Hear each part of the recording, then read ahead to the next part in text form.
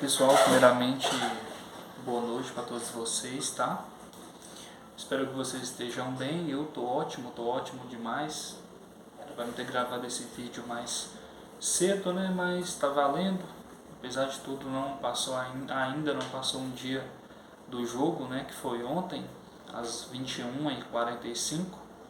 O jogo onde o Brasil sai com a vitória de 2-1, mas não chega a convencer, ainda não é o suficiente. Apesar de tudo, ontem a gente faz um gol de pênalti e o outro gol a bola desvia no jogador, né? O Vinícius Júnior no segundo tempo, né, quando ele ganha mais liberdade ali pela esquerda, né, pela ponta esquerda, ele começa a ganhar mais liberdade, ou seja, ele começa a mudar mais a direção, começa a chamar mais a responsabilidade, né? Lembrando que ele dá uma arrancada muito boa na boa jogada do Rafinha, né, no passe de profundidade. Ele consegue cravar, o Vinícius Júnior consegue cravar o pênalti ali, né? Ou seja, o jogador dá uma chegada nele ali e tal, é pênalti. E por outro lado ele faz o gol, né, quase no finalzinho do jogo, que dá a vitória para o Brasil. E isso é muito importante para ele, porque ele meio que vai desgarrar um pouco dessa, não vou falar narrativa porque é verdade, tá? Dessa pressão que ele tem pela seleção, de não jogar muito bem, de não corresponder o que ele joga no Real Madrid. Claro que muitos jogadores passam por isso e tal, mas assim, a diferença de um clube, de quanto um jogador joga bem pela seleção e por um clube, é normal que ela não seja igual, tá? Pouquíssimos jogadores repetiram esse feito e alguns sabem, né, de jogar o mesmo nível que jogou no clube e jogar na seleção joga melhor. Mas assim, o Vinícius Júnior ele é muito distante ainda na seleção, ou seja, do que ele é de fato no Real Madrid. Mas isso serve para desafogar um pouco, para meio que servir como uma virada de chave e tal, para ele desgarrar um pouco dessas correntes aí em relação a essa comparação que eu falei, do que ele joga no Real, do que ele joga na seleção. É muito importante para ele ter mais liberdade, para ele ter mais confiança e às vezes chamar a ter mais a responsabilidade, como ele fez ali no segundo tempo, né? No segundo tempo, metade do segundo tempo para frente ali. O Brasil ainda não convenceu, porque foi um jogo ali de muitos erros na saída de bola. O Alisson, que costuma jogar até bem com os pés no Liverpool, ontem não jogou bem com os pés, tá? Ele meio que quase que entrega uma bola, né? E na verdade dava muitos passes ali para os jogadores do Brasil, ali na boca da área, né? Alguns toques na bola, sob pressão, né? Só que por outro lado, a gente tem um jogador que ele não desenvolve muito ali na boca da área, porque isso tem um reflexo direto na saída de bola do Alisson.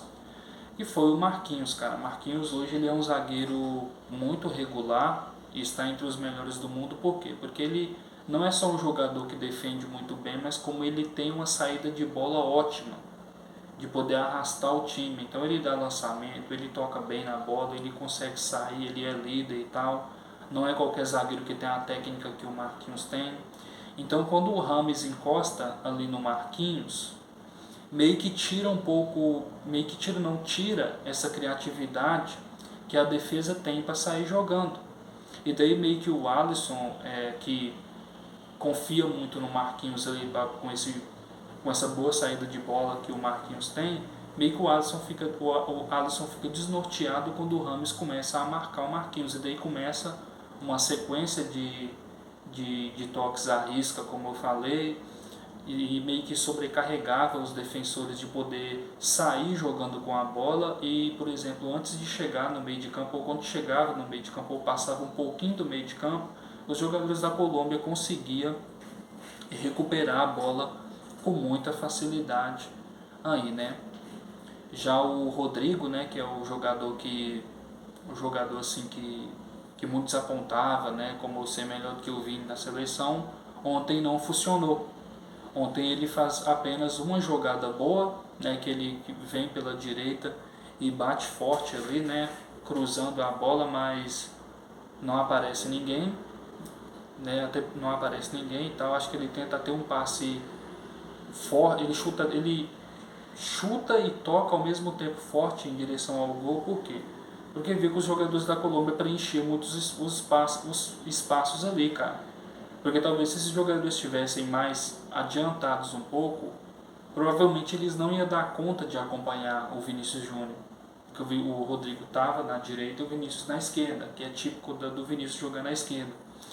Então meio que eles acompanhavam o tempo todo. Porque se desse qualquer espaço ali, o Rodrigo ia tentar o passe de maneira mais fraca, um pouco, tá? E sem estar beirando muito a área, entendeu? Porque se os jogadores defensores da Colômbia chegasse atrasado, o Vini ia chegar antecipado.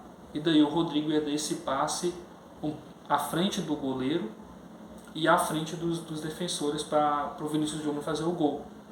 Então foi essa a única jogada do Rodrigo aí. Depois o Rodrigo não funciona mais e tal, e daí o Brasil começa a sofrer também, porque um dos jogadores principais aí não funciona muito bem. O Vini começa a jogar bem ali quase no final ali do primeiro tempo. Eu falo ou seja, não necessariamente no final, mas por exemplo aos 60 minutos, por exemplo, ele começa a chamar mais a responsabilidade. O Rafinha também faz um jogo bom, faz um jogo de pênalti, constrói aquela jogada, faz um jogo seguro. Mas eu acho que se o Rodrigo tivesse demonstrado o que ele demonstrou em alguns outros jogos da seleção, por exemplo, talvez o Brasil teria vencido assim com um pouco mais ou seja, com menos pressão, ia jogar mais livre, e tal. Mas como o Rodrigo não funcionou e é um dos melhores jogadores na seleção desde quando o Dorival começou a convocar, e até um pouco aí na era Tite também o Rodrigo já vinha jogando bem. Mas como ele não funciona, o Brasil sofre aí mais uma vez, né, de ganhar da Colômbia, tá, pessoal? Então a análise foi essa, tá? E a gente vai ter alguns problemas aí também. Eu vou até lembrar para vocês que o Bruno Guimarães, o Gerson tá com lesão, tá? Então a probabilidade é que ele fique de fora do jogo contra a Argentina, que vai ser um jogo decisivo também. O Bruno Guimarães é bem provável que também não vai jogar contra a Argentina. Então a gente vai perder aí as duas cabeças pensantes desse meio campo. E daí a gente vai ver o que o Dorival vai fazer com a seleção, cara, porque até então ele é um técnico que se encontra muito perdido, tá? Muito perdido, tanto que ele fala uma frase muito polêmica a respeito do Neymar, dizendo que o planejamento foi feito em cima do Neymar e tal, e daí o Neymar não é convocado, ele fica desnorteado mais uma vez. Mas é isso daí, a gente conquistou a vitória, tá? A gente vai para segundo lugar, tá? E é só torcer para que no próximo jogo a gente possa jogar bem, mesmo sem o Bruno Guimarães e provavelmente sem o Gerson e tal. Não vai ser um jogo fácil, tá? Mas por outro lado eles não têm o Messi, eles não têm o Lautaro, mas tem um melhor meio de campo, um meio de campo que funciona mais que o Brasil, cara. Tanto que eles ganharam a Copa América, eles ganharam a Copa, é líder das eliminatórias. Então é isso que a gente tem para hoje, essa análise que a gente tem para hoje. Se você discorda, pode deixar seu comentário embaixo. Não se esqueça de deixar o seu like, comentar, compartilhar e se inscrever. Verifique se você é um inscrito. Um grande abraço e até a próxima.